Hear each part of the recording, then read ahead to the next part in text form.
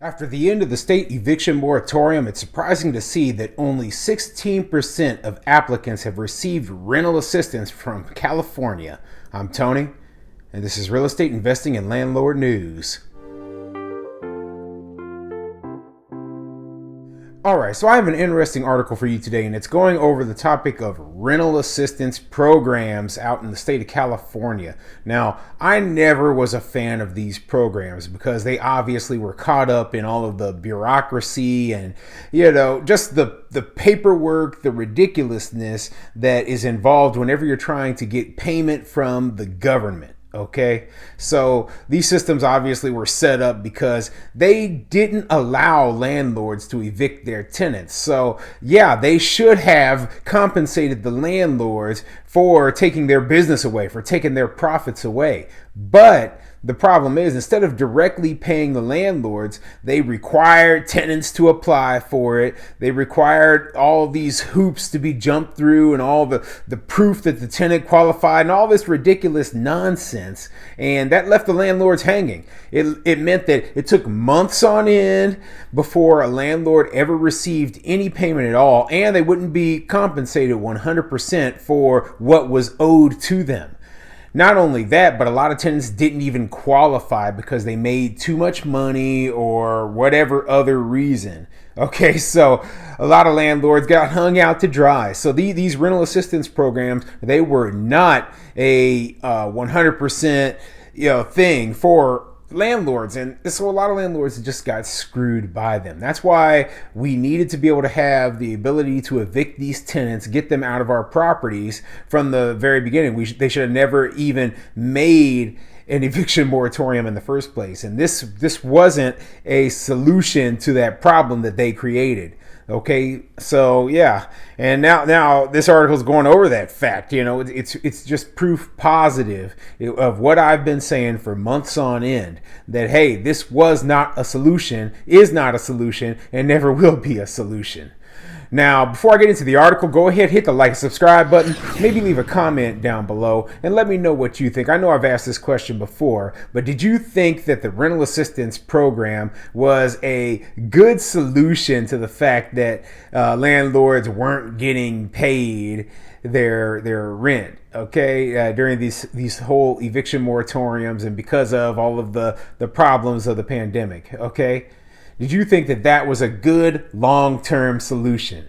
And the reason I ask this question is because obviously, right, they talk about putting programs like this into place long-term for, affordable housing.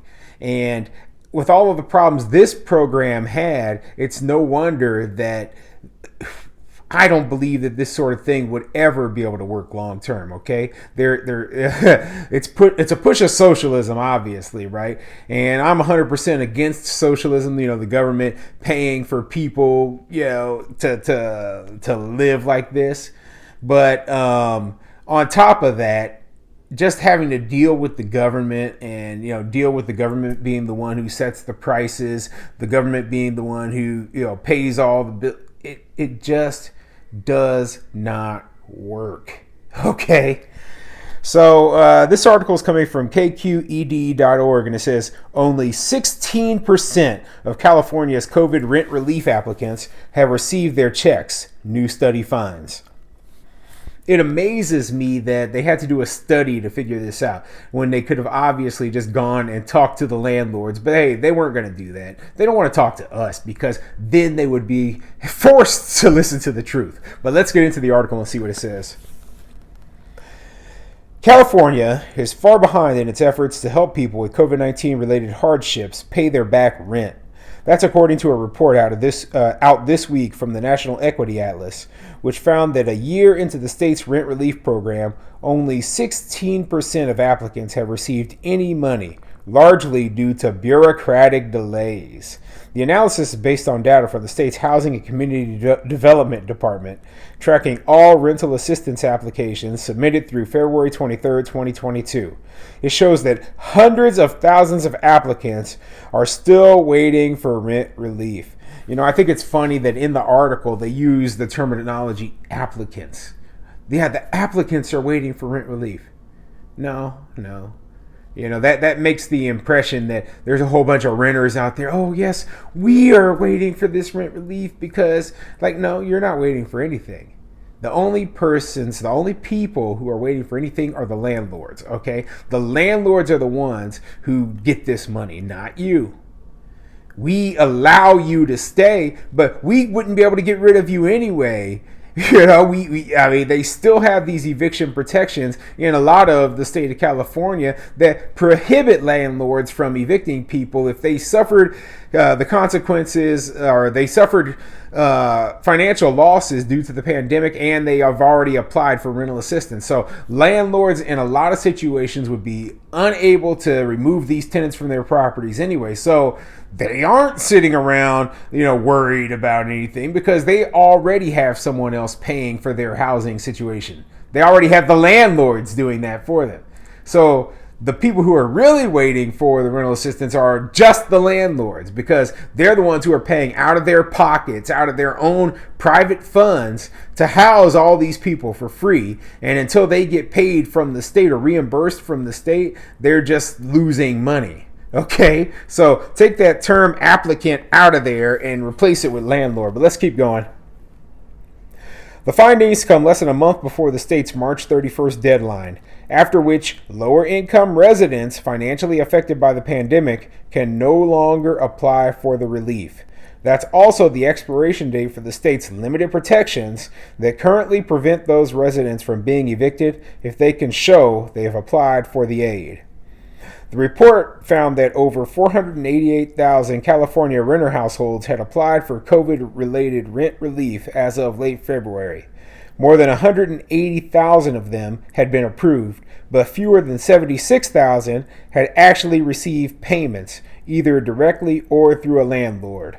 So only 76,000 of the 488,000 have actually received payment. Okay, and there's going to be a lot more people applying before March 31st. And I'm recording this, and right now it's March 12th. So obviously, there's going to be all these people who are putting in the last few weeks trying to, one, get those eviction protections that prevent them from having being able to be evicted, and two, maybe they don't really care if the landlord gets paid. They just want to be able to stay for free as long as possible, whether the government's paying for them or the landlord's paying for them. So there's going to be a lot of people who are going to still be putting in for it. But it's kind of sad seeing that so few of the people who've actually applied have actually gotten any payments, and it's ridiculous. Okay. The report also found it took an average of about 3 months for tenants to be informed of the status of their applications, and an additional month after being approved to actually receive their checks. It really is very problematic to have people still waiting for their money when they're about to be subject to eviction if they can't pay, said Madeline Howard, a senior attorney at the Western Center on Law and Poverty and one of the study's authors. The state, she said, must speed up the payment process and extend eviction protections. Of course, she thinks they should extend eviction protections. Instead of extending eviction protections, maybe they should allow this to end, and people would be forced to pay the bills that they owe, pay the debt that they owe. Okay? The government cannot pay everyone's bills for them. It's a never-ending cycle if you get stuck in this, okay? You will end up never being able to pay your bills on your own if you are dependent upon the government. Do these people not understand that? Okay, you're creating this situation where these people, they can go to work all month long, not pay for their own housing, right?